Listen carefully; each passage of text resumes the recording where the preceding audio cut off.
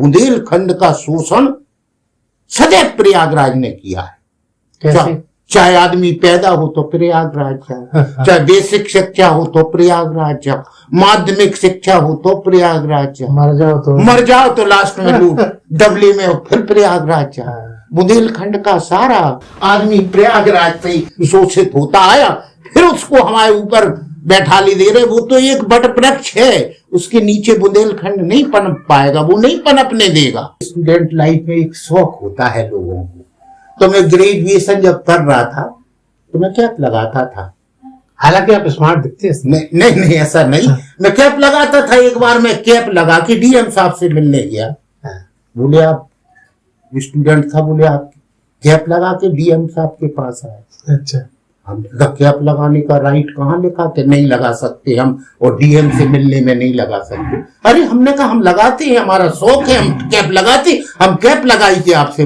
अब ये प्रश्न हमसे अखिलेश जी से मिले जब मुख्यमंत्री थे, सर्किट हाउस में उन्होंने भी कहा था, कहने लगे आप सरकारी नौकर हैं B2 के लिए। जब मैं मिलने गया और बोले आप कैप लगाए, मुख्यमंत्री के सामने हेड लगा के बात कर रहे हैं। हमने कहा ये ड्रेस कोड कहीं नहीं लिखा है कि मुख्यमंत्री से जब मिले तो ये ड्रेस कोड होना चाहिए। मैंने कहा मेरा है। आजम खां से जब हमारी बात हुई, कमिश्नर साहब की यहाँ मीटिंग चल रही थी, सारे नेता मौजूद थे, चंद्रपाल दीप ने, तब मैं जैसे ही गया उनके पास, ये आदमी जीन्स बनियान और लगाए कैप, बोले यार आप सरकारी नौकरी में हैं। हमने कहा जी साहब मैं सरकारी नौकरी में हूँ, आपके प्रदेश सरकार की सेवा करता हूँ। बोले कहाँ फंस गए यार भार्गव जी, कहीं चले जाते हो, आप तो हॉलीवुड स्टाइल के लगते, हॉलीवुड में होना चाहिए आपको। नमस्कार, बंजारा बीट्स में आपका स्वागत है। मैं हूं ज्योति प्रकाश खरे। आज हम आपको मिला रहे हैं एक ऐसी शख्सियत से जो परिचय की तो मोहताज है नहीं। उनका अपना एक अलग ट्रैक रिकॉर्ड है। उन्होंने श्रमिकों के लिए बहुत काम किया है। चलिए मिलते हैं दिनेश भार्गव जी से। नमस्कार भार्गव जी। नमस्कार, कैसे हैं आप? बढ़िया। अरे साहब भार्गव जी, जैसा कि हमने उल्लेख किया कि आपने बहुत सारा काम किया है, श्रमिकों के लिए काम किया, तो आप अपने बारे में बताइए क्या क्या किया अब तक। दरअसल मैंने शिक्षा झांसी में ही पाई और बुंदेलखंड कॉलेज से डबल MA करने के बाद LLB में मैं था। उसी समय मैं सरकारी सेवा में आ गया और मैंने अपना सरकारी सेवा का जीवन भी। कहाँ आपकी सेवा दी आपने? झांसी से उद्योग विभाग में शुरू की सेवा, और मैं ग्राम उद्योग में सहायक विकास अधिकारी रहा।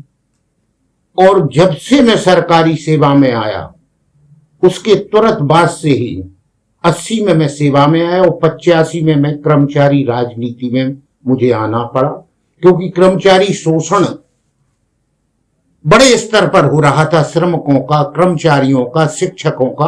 तो 85 से मुझे, आपको देखा नहीं गया वो? हमें कतई बर्दाश्त, आज की डेट में भी मैं किसी का शोषण बर्दाश्त नहीं करता हूं, चाहे समाज में हो रहा हो, चाहे किसी भी क्षेत्र में। शोषण कतई बर्दाश्त नहीं, ये मेरा उद्देश्य है। ये मेरे पिता और माँ ने हमें शिक्षा दी थी कि कभी किसी का शोषण नहीं होने दें। और मैं 85 से कर्मचारी राजनीति में आया। मैं जिला महामंत्री बना, उसके बाद जिला अध्यक्ष। प्रदेश में मैं 12 बार प्रदेश महासचिव का चुनाव जीता।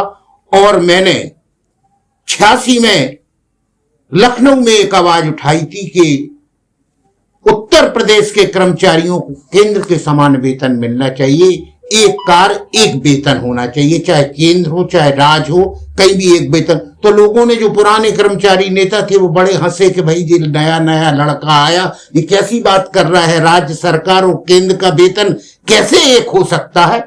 और आप ताज्जुब करोगे, 86 में मैं लड़ा उसके लिए। उस समय मैं प्रदेश मंत्री था और हमने विजय पाई और राज्य सरकार के लोगों को केंद्र के समान वेतन मिला।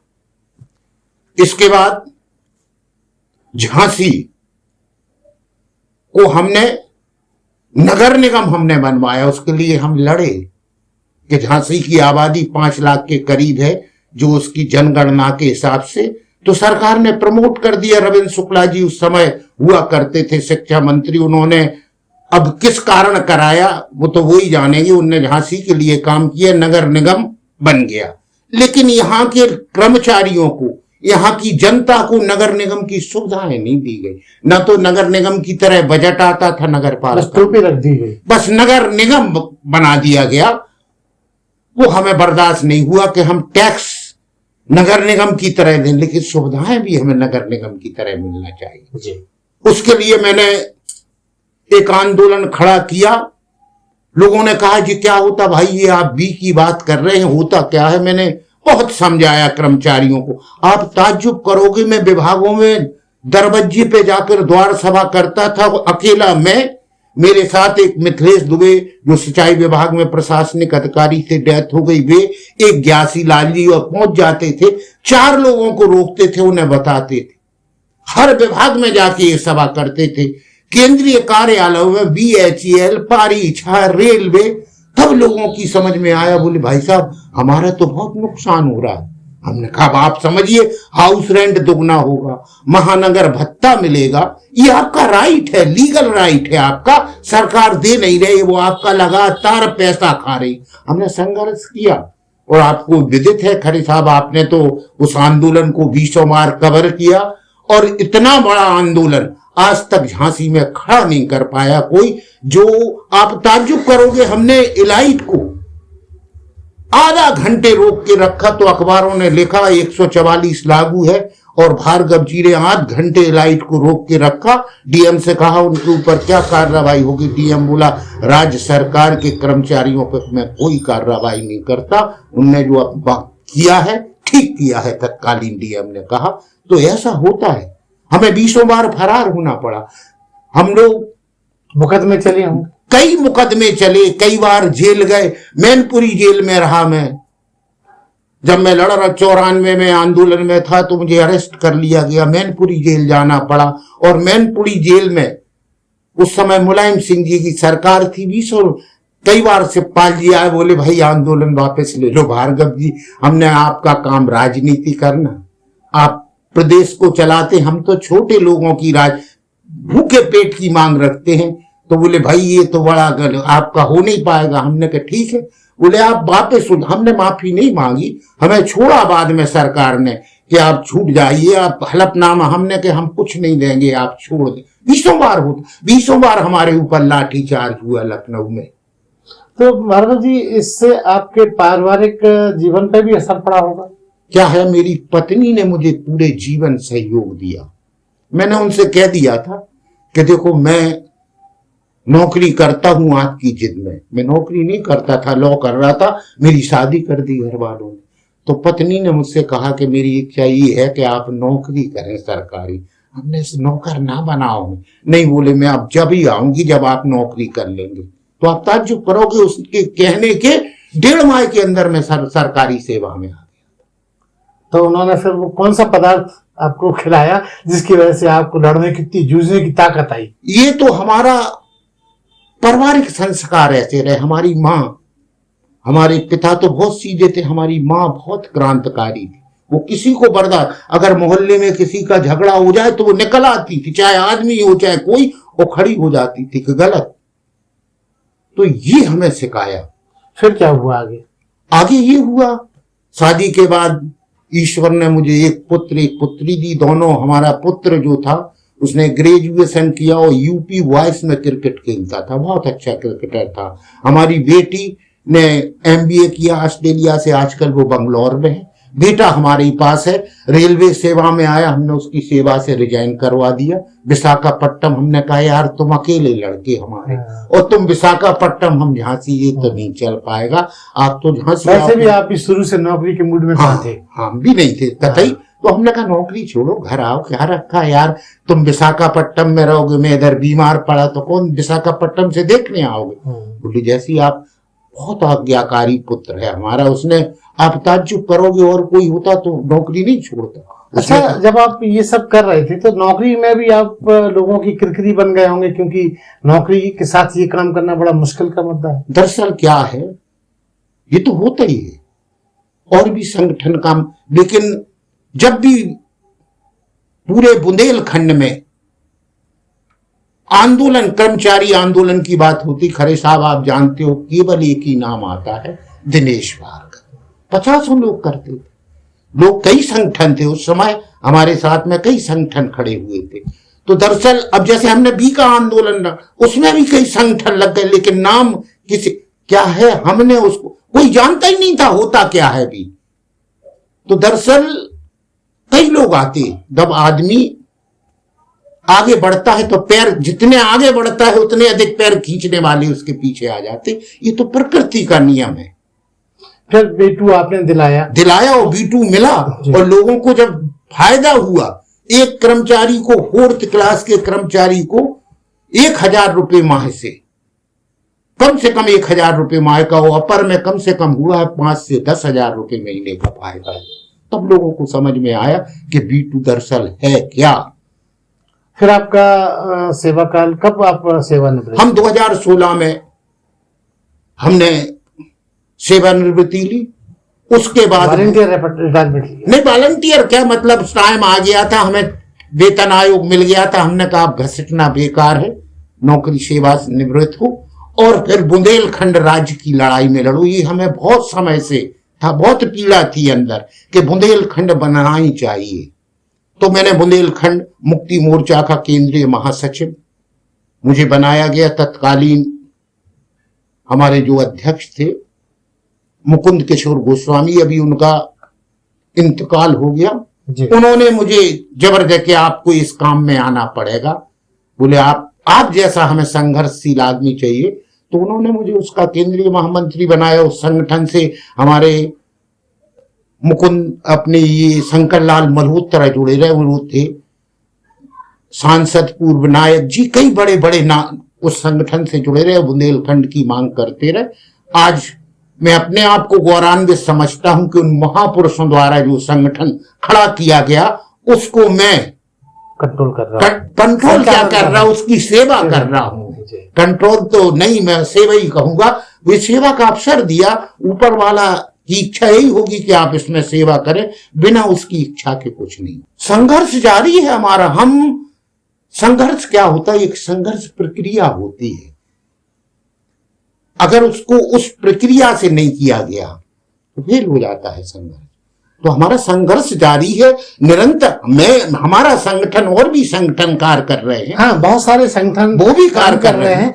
तो क्या ऐसा नहीं हो सकता कि वो सब एक ही छत के नीचे आके जुड़ के काम करें? कहते हैं यूनिटी में दम होती है। दरअसल क्या है, उत्तराखंड बना तो 22 संगठन कार्य कर रहे थे, वहां 22 थे, छोटी सी जगह के लिए 22 संगठन कार्य कर रहे थे। और फिर क्या होता है, जब आग लगती है तो सब भागते हैं। जब बोले एक बार एक बाढ़ आई, तो जब बाढ़ आती है कहीं, तो उसी पेड़ पे का सहारे शेर बैठता है, उसी के सहारे बकरी, और एक दूसरे को देखते हैं कि देखो दोनों सुरक्षित हैं, दोनों काम कर रहे हैं। तब स्थिति ये बनेगी सारे संगठनों को आना ही पड़ेगा एक साथ, क्योंकि सबकी एक ही रास्ता है, एक ही मांग है, एक ही ख्वाहिश है, और सब चाहते हैं कि बुंदेलखंड राज्य बने। तो बुंदेलखंड राज्य के लिए आंदोलन धीरे धीरे चल रहा है। अब आप 40 साल हो चुके इस आंदोलन को, 40 साल से चल रहा है। और कितने साल चलेगा? दरअसल क्या है, अब जो है ये पीक पे आ गया था आंदोलन, लेकिन फिर इन्होंने घुमा दिया कि हम प्रयागराज राजधानी बनाएंगे और इसमें हम मिर्जापुर मंडल लेंगे, कानपुर मंडल लेंगे। ये केवल भ्रमित करना है। हमारी मांग है कि बुंदेलखंड जो संस्कृति के हिसाब से, संस्कारों के हिसाब से, भाषा के हिसाब से बुंदेलखंड है, वो बुंदेलखंड होना चाहिए। और सरकार खुद फंसी है। इस सरकार ने जो पूर्व सरकार ने जो बुंदेलखंड पैकेज दिया था, उसमें जो क्षेत्र था उसी को बुंदेलखंड मान रहे। बुंदेलखंड तो बड़ा था। छत्रसाल के राज्य में लिखा, उनके राज्य के कवि जो थे उन्होंने लिखा कि इते चंबल उते नर्मदा, इते धसान उते टौस, और छत्रसाल से लड़न की रही न काऊ। लेकिन जब बुंदेलखंड पैकेज बनाया तो उन कुछ जिलों को निकाला, उत्तर प्रदेश के 7 जिले लिए और मध्य प्रदेश के 7 जिले लिए। कुछ तहसीलें हैं मध्य प्रदेश की, जैसे हमारी ये करेरा है, चंदेरी है, ये तहसीलें हैं, और एक लाहर है। तो हम उसी को बुंदेलखंड मानते हैं। हमने कहा ठीक है, आप कह रहे बुंदेलखंड ये है, हम कह रहे ठीक है यही है बुंदेलखंड, तो आप उसको, लेकिन जब राज्य बनाने की बात आई तो आप बोले हम तो बोलेंगे प्रयागराज को, और आपको ताज्जुब करेंगे बुंदेलखंड का शोषण सदैव प्रयागराज ने किया है। कैसे? चाहे आदमी पैदा हो तो प्रयागराज जाओ, चाहे बेसिक शिक्षा हो तो प्रयागराज जाओ, माध्यमिक शिक्षा हो तो प्रयागराज जाओ, मर जाओ तो लास्ट में लूट डबली में फिर प्रयागराज जाओ। बुंदेलखंड का सारा आदमी प्रयागराज से ही शोषित होता आया, फिर उसको हमारे ऊपर बैठा ली दे रहे। वो तो एक बट वृक्ष है, उसके नीचे बुंदेलखंड नहीं पनप पाएगा, वो नहीं पनपने देगा। तो बुंदेलखंड है ही नहीं, वो न वहां की भाषा है, न संस्कृति है, न संस्कार है बुंदेलखंड जैसे। तो उससे बुंदेलखंड से, मिर्जापुर से बुंदेलखंड से क्या मतलब? तो अब क्या आपका एक्शन क्या है तुरंत वाला? तुरंत वाला एक्शन ये है कि हम लिखते हैं एक कॉलम, आपने पढ़ा हो, दर्दे बुंदेलखंड। करीब उसमें लिखते हैं आप? कहाँ लिखते हैं? ये सारा व्हाट्सएप पे भेजते हैं, सारा जो अपना आजकल आपकी नई टेक्नोलॉजी, हाँ ये नई टेक्नोलॉजी का इस्तेमाल किया, हम लिखते हैं दर्द। करीब हमने 100 लिखे हैं, हर के ऊपर सरकार जो निर्णय लेती है हम उस पर लिखते हैं दर्द, टिप्पणी करते हैं दर्द बुंदेलखंड। आज भी हमारी टिप्पणी दर्द बुंदेलखंड, आप पढ़िए, आपको हमने व्हाट्सएप पे भेजी होगी। तो ये लिखते हैं क्या है, जो क्रांतियां आई हैं वो कलम से आई हैं, और क्रांति लाने में आप लोगों का योगदान बहुत रहा। पहले तो अखबार का सिस्टम था, अब ये सिस्टम जो इलेक्ट्रॉनिक्स आया इसका बहुत बड़ा महत्वपूर्ण है। अगर इलेक्ट्रॉनिक्स मीडिया पे कुछ आ जाए तो सरकार के हाथ पैर फूलने लगते, वो तुरंत कहती इसको बंद करो, इस पे बैन लगाओ। वो जानती है कि अब इस इलेक्ट्रॉनिक विस्तार जल्दी होता है, हाँ जल्दी खबर का विस्तार होता है। पहले तो चिट्ठियां लिखा करते थे लोग, चिट्ठियों के माध्यम, लेकिन अब जो टेक्नोलॉजी आई है उसका फायदा अगर सरकार उठाएगी तो हम लोग भी उठाएंगे। टेक्नोलॉजी कोई सरकार की थोड़ी, वो तो जनमानस के लिए वगैरह सब सीख लिया है। हाँ सब सीखना पड़ा, मजबूरी थी, मजबूरी में सीखना पड़ा, क्योंकि हमें आंदोलन चलाना था। भार्गव जी, आज की स्थिति में आप देख रहे हैं कि बुंदेलखंड, जैसा हमने अभी उल्लेख किया था कि बहुत सारे लोग हैं, क्या लगता है सब लोग उतनी शिद्दत से करेंगे तो हो पाएगा, या ये अभी और 40 साल लग जाएंगे? नहीं, शिद्दत से करेंगे तो कोई कार्य कठिन नहीं होता है, सब कार्य हो जाते हैं। लेकिन हम ये बताएंगे जो जनप्रतिनिधि हैं यहाँ के, वो बुंदेलखंड के नाम पे तो जीतते हैं, लेकिन जैसे ही बुंदेलखंड, या तो मैं समझ में नहीं आता, या तो इनका जनाधार नहीं है, ये समझते हमारा जन आधार नहीं है, हम तो पार्टी के वजह से जीत रहे इसलिए पार्टी से। लेकिन आपको बताएं कि हमारे एक सांसद ने, चंदेल ने उठाया, कहा कि बुंदेलखंड में, कहेंगे लोग, अंततः इन्हें कहना पड़ेगा, आए सब बुंदेलखंड के नाम पे ही। तो आप भी जानते हैं, चाहे सांसद हो चाहे विधायक हो, आप ताज्जुब करोगे केवल इस उम्मीद में कि उत्तर प्रदेश की 19 सीटें हमने 19 पे भाजपा जिता दी कि ये बुंदेलखंड बनाने की बात करती। तो ये बनाना तो पड़ेगा। अब सरकारें अगर ऐसी होती हों, सरकार के ऐसे ही लोग हों, जैसा कि आपने अभी उल्लेख किया था कि उमा जी ने वादा किया था, तो क्या उनको अभी स्मरण नहीं कराया गया इन दिनों?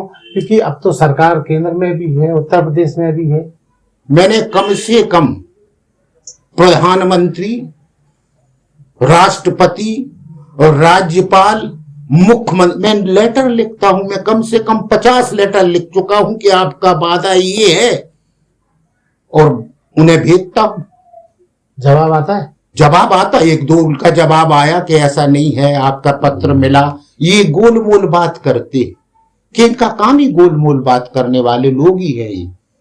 भार्गव जी, जैसा आपने अभी बोला कि भाजपा सरकार या उनके नुमाइंदे वादा खिलाफी जिन्होंने आपके बुंदेलखंड पृथक राज बनाने में की है, तो आपको क्या लगता है ऐसी कौन सी सरकार से आप उम्मीद कर सकते हैं? किस दल की सरकार आप को सपोर्ट करेंगे कि वो आपको लगता है बुंदेलखंड के लिए खड़ी हो सकती है और वो बना के मानेगी? दरअसल क्या है, सरकारें सब बराबर होती, चाहे भाजपा की हो, चाहे कांग्रेस की हो, चाहे सपा की हो, चाहे बसपा की। सरकार में आते ही आदमी के तेवर बदल जाते। जब तक सरकार में नहीं रहता है तो वो कहती है कि नहीं हम बनाएंगे, कि इसमें नीति सभी दल छोटे राज्यों के समर्थक, और भाजपा तो कहती है कि जितने छोटे राज्य बने सब मैंने बनाए और मैं छोटे राज्यों का पक्षधर हूं। अगर पक्षधर हैं तो क्यों नहीं बनाते? कभी शुरू बात हो जाती कि अब पुनर्गठन आयोग का गठन। पुनर्गठन आयोग कहां से होगा? एक बार बना और उसने तब बुंदेलखंड राज था, हमारे सक्सेना जी मुख्यमंत्री हुआ करते थे। और उसके बाद बुंदेलखंड 4 महीने चला था। हाँ, चला तो राज्य तो था, उसको तोड़ दिया गया, फिर उसे 2 भागों में बांटा गया, उत्तर प्रदेश की और मध्य प्रदेश में मर्ज किया गया। लेकिन जितने राजनीतिक दल हैं सब कहते मैं बुंदेलखंड का समर्थक हूं, लेकिन जैसे ही बात बुंदेलखंड बनाने की आती और सत्ता में आते तो पीछे हट। आप ताज्जुब करोगे, मैंने भाजपा के शासनकाल में राहुल गांधी को आध घंटे घेरा था सर्किट हाउस में। बोले भाई मुझे क्यों घेर रहे हो, मैं क्या करूंगा? हमने आप ही तो सब कुछ कर सकते, आप नेता विरोधी दल, आप हमारा बात संसद में रखेंगे तो उसमें वेट आएगा। मैंने आध घंटे तक घेरा था, उनसे आध घंटे तक सर्किट हाउस से निकलने नहीं दिया गया। जो भी आया हमने घेरा, यहां जितने भी लोग आए, चाहे साय साहब कोई भी आओ, उसका घेराव किया, उसे हमने ज्ञापन दिया, तो हमारा काम तो चलता है। क्या भार्गव जी ऐसा हो सकता है कि आप या आपके और जो पृथक बुंदेलखंड की बात करने वाले दल है वो इलेक्शन लड़े और उसके बाद संसद में जाके अपनी बात कहें? दरअसल और ये अच्छी पहल होगी, आपको लगता है क्या? दरअसल क्या है, मैं तो राजनीति से दूर रहता हूं। मेरा शौक ये है कि लोगों को जो उसके राइट्स हैं वो मिले। हम ना कभी इस बात को मानते हैं कि संसद जाएं, विधानसभा जाएं, जाते हैं जो लोग जाएं, लेकिन वो याद रखें कि हमें बुंदेलखंड बनाना। अभी कुछ लोग अपने आप शुरू हो जाते हैं कि हम बुंदेलखंड के प्रतिनिधि लड़ रहे हैं। इससे क्या होता है? इससे आंदोलन और पीछे जाता है। जब वो वोट नहीं आते हो, उनके उस स्थिति में नहीं होते हो कि अच्छा प्रदर्शन करें, तो ये संदेश जाता है कि यार भैया देख रहे बुंदेलखंड पे लड़े, उनके कोई वोट ही नहीं आए। तो दरअसल सारे संगठन बैठ के और एक संयुक्त रूप से अपना प्रतिनिधि लड़ाए तो लड़ सकते हैं इलेक्शन। पहले हमें बुंदेलखंड बनाना है, राजनीति तो बाद में होती है। भार्गव जी, बुंदेलखंड की मांग जैसा आप बता रहे कई दशकों से चल रही है, इसकी जरूरत क्या है? आपने खरे साहब बहुत अच्छा प्रश्न किया कि बुंदेलखंड की जरूरत क्या है। आपको मैं बता दूं, दरअसल चाहे उत्तर प्रदेश सरकार हो चाहे मध्य प्रदेश सरकार हो, ये जो है ये बुंदेलखंड की खनिज संपदा और वन संपदा का दोहन कर रही है। आप देखते हैं यहां मैंने होश संभाला में यही पैदा हुआ, जार पहाड़ हुआ करता था पूरी खोद इतनी पहाड़ तोड़े गए, इतना खनन हुआ, इतनी मुरम खोदी गई पहाड़ी की पहाड़। और लोग, आप ताज्जुब करोगे, मैंने देखा उस समय यहाँ 70 क्रैशर थे, लोग आए थे और क्रैशर लगाया, बाद में वो गाड़ियों करोड़पति हो गए सारे और चले गए यहाँ बुंदेलखंड का पत्थर बेच के। तो ये ऐसी वन संपदा का होता। अब ये जो वन संपदा इतनी है बुंदेलखंड में कि आप उसकी सारा जो राज्य है केवल इसके से चल जाएगा, वन संपदा और खनन से। उत्तर प्रदेश सरकार का 20 से 25% जो बजट है वो बुंदेलखंड के खनन से चलता है। ऐसे ही मध्य प्रदेश सरकार का चलता है। और हमें देते क्या? सकल बजट का हमें 1.5-2% भी नहीं मिलता है। ये स्थिति है हमारी। बोले खाना हमारी मां बना रही है, हाथ हमारी मां के जल रहे हैं, और खाना खा रहा है दूसरा, हमें नहीं खिलाया जा रहा। हमें तो ये कह रहे कि नहीं भाई एक रोटी है आधी आधी खा लो। ये कहां का न्याय है? इसको हम कब तक बर्दाश्त करेंगे? आपको बता दें, बुंदेलखंड राज्य बनने से सबसे ज्यादा बेरोजगारी अगर कहीं है उत्तर प्रदेश में तो बुंदेलखंड में है। आप ताज्जुब करोगे, 87% लोग बेरोजगार हैं। और आप अभी जाएं ग्रामीण क्षेत्र में, आप तो जाते रहते होंगे, स्थिति ये हो गई बुंदेलखंड में कि ग्रामीण क्षेत्र में अगर परिवार में 4 लड़के हैं तो एक की शादी करने के लिए उसका बाप पैसा खर्च करने तैयार है यार कि एक ही की शादी हो जाए। कोई जा ही नहीं रहा, कोई रोजगार नहीं है उनके पास, उनको ना तो सरकारी सेवा है ना कोई रोजगार है। तो ये जो आप इसका प्रत्यक्ष में उदाहरण बता रहा हूं, स्वतंत्रता के बाद 21 विधान, एक बार मुझसे पूछा उधर के आप कैसे कह रहे, 21 विधानसभाएं थी इधर और 2010 के जनगणना के बाद 19 लगी। इसका मतलब यहां से 20 से 25 लाख लोगों ने पलायन किया जी। कहीं नहीं हुआ ऐसा विश्व में। आप कहीं बता दें कि जब 21 विधानसभाएं थी वो 2010 के बाद 19 हो गई। इसका मतलब पलायन हुआ है। यहां सब पलायन, यहाँ की आत्महत्या, यहाँ की भुखमरी, यहाँ की अन्ना प्रथा, ये तभी रुक सकती है जब बुंदेलखंड राज्य बनेगा और यहाँ के बेरोजगार को रोजगार मिलेगा। सारे सरकारी विभाग यहाँ होंगे, नई नई कंपनियां आएंगी। बहुत है इधर, आने नहीं देते लोग, ये कोशिश ही नहीं करते हैं कि यहाँ आए, उन्हें इतनी सुविधाएं नहीं देते हैं कि वो यहाँ के अपने उद्योग स्थापित करें। तो यहाँ की बेरोजगारी, यहाँ का पलायन, यहाँ की भुखमरी केवल और केवल बुंदेलखंड राज्य बनने के बाद ही समाप्त हो सकती है। इसका कोई और दूसरा रास्ता ही नहीं है। सरकार कितने ही कहती रहे कि हम रोजगार दे नहीं सकती सरकार रोजगार। मानका जी, एक आपका एक ट्रेडमार्क है कैप। हाँ। ये मुझे सवाल थोड़ा चटपटा याद आया। इसका क्या रहस्य है? आप वर्षों से मैं देखता हूँ ये कैप आप लगाते हैं, इसके कैप के अंदर का क्या रहस्य है? दरअसल क्या है, स्टूडेंट लाइफ में एक शौक होता है लोगों को। तो मैं ग्रेजुएशन जब कर रहा था तो मैं कैप लगाता था। हालांकि आप स्मार्ट दिखते हैं। नहीं ऐसा नहीं। मैं कैप लगाता था। एक बार मैं कैप लगा के डीएम साहब से मिलने गया। बोले आप स्टूडेंट था, बोले आप कैप लगा के डीएम साहब के पास आए। अच्छा। हम कैप लगाने का राइट कहाँ लिखा कि नहीं लगा सकते हम, और डीएम से मिलने में नहीं लगा सकते। अरे हमने कहा हम लगाते हैं, हमारा शौक है, हम कैप लगाते, हम कैप लगाई थी आपसे। अब ये प्रश्न हमसे अखिलेश जी से मिले जब मुख्यमंत्री थे, सर्किट हाउस में उन्होंने भी कहा था, कहने लगे आप सरकारी नौकर हैं। B2 के लिए जब मैं मिलने गया और बोले आप कैप लगाए, मुख्यमंत्री के सामने हेड लगा के बात कर रहे हैं। हमने कहा ये ड्रेस कोड कहीं नहीं लिखा है कि मुख्यमंत्री से जब मिले तो ये ड्रेस कोड होना चाहिए। मैंने कहा मेरा है। आजम खां से जब हमारी बात हुई, कमिश्नर साहब की यहाँ मीटिंग चल रही थी, सारे नेता मौजूद थे, चंद्रपाल दीप ने, तब मैं जैसे ही गया उनके पास, ये आदमी जीन्स बनियान और लगाए कैप, बोलिए यार आप सरकारी नौकरी में हैं? हमने कहा जी साहब मैं सरकारी नौकरी में हूँ, आपके प्रदेश सरकार की सेवा करता हूँ। बोले कहाँ फंस गए यार भार्गव जी, कहीं चले जाते हो, आप तो हॉलीवुड स्टाइल के लगते, हॉलीवुड में होना चाहिए आपको। हमने साहब ये हॉलीवुड बॉलीवुड का तकदीर का खेल है, हमारी तकदीर है कि हम आपके सरकारी विभाग में, आपकी तकदीर है आप यहाँ बैठे, मेरी तकदीर है मैं खड़ा हूँ। हमने कहा ये किसी के बस में नहीं है। तो बहुत हंसी। हालांकि उन्होंने जो टिप्पणी की थी उससे आपको लगा तो अच्छा होगा? नहीं लगता तो अच्छा है, ये वो लोग बोलते हैं। और आजम खां साहब की तो आदत थी, वो बोलते जरूर थे, कुछ ना कुछ उन्हें बोलना है।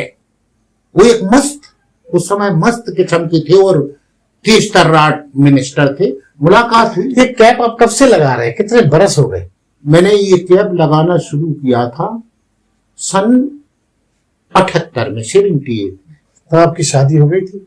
हाँ मेरी 80 में शादी हुई, 78 में लगाया। जब मैं कैप लगाता था बाल बड़े बड़े थे मेरे, शादी में तो नहीं लगाई। फिर उसके बाद क्या हुआ, शौक था। शादी में फिर आपने वो मुकुट, वो तो सभी लगाते हैं, वही कैप है।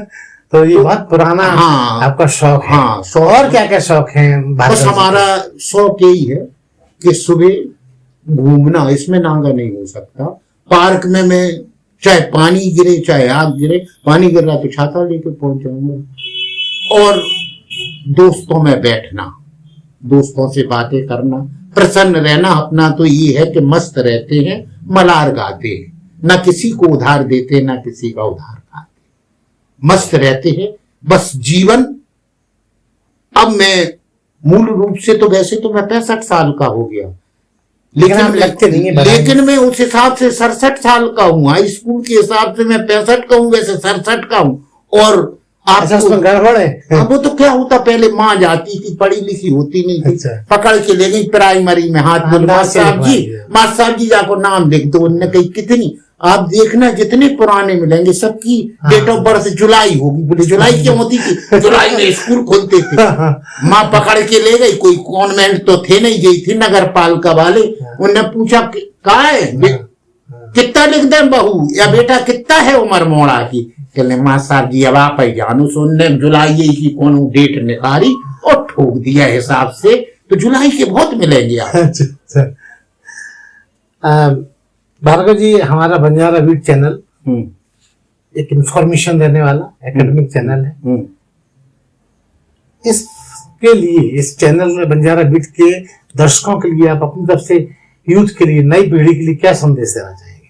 दरअसल बंजारा बीट मैं भी देखता हूं, बहुत अच्छा।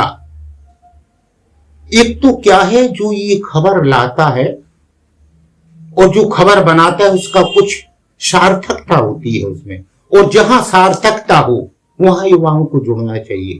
खामो खा के जहां कोई किसी काम का कोई अर्थ नहीं, बोले हैं इसका कोई अर्थ थोड़ी, जहां से कुछ प्राप्त हो रहा हो तो बंजारा बीट से युवाओं को जुड़ना चाहिए। युवाओं को, सभी को जुड़ना चाहिए, खासतौर से युवाओं को उन्हें अच्छी जानकारी मिलेगी। मैं तो कहूंगा सारे वर्ग और आयु को इससे जुड़ना चाहिए। ये अच्छी आपकी पहल है, और ईश्वर चाहेगा तो ये देश, बंजारा बीट देश का सबसे अच्छा चैनल होगा जो सोशल मीडिया पे अपना नाम करेगा, ये तय है। तो ये थे दिनेश भार्गव जी, जिन्होंने अपनी पूरी यात्रा का उल्लेख हमसे किया, अपनी कैब का रहस्य भी बताया, और सेवानिवृत्ति के बाद भी ये इतने स्मार्ट दिखते हैं, उसके लिए बंजारा बीट आपको बधाई देता है। धन्यवाद हरीश साहब, बहुत बहुत धन्यवाद। आपने हमें बंजारा बीट से रूबरू होने का मौका दिया, इसके लिए आप भी बधाई के पात्र हैं। बहुत बहुत धन्यवाद। इस चैनल को लाइक और सब्सक्राइब करना ना भूलें। देखते रहिए बंजारा बीट्स।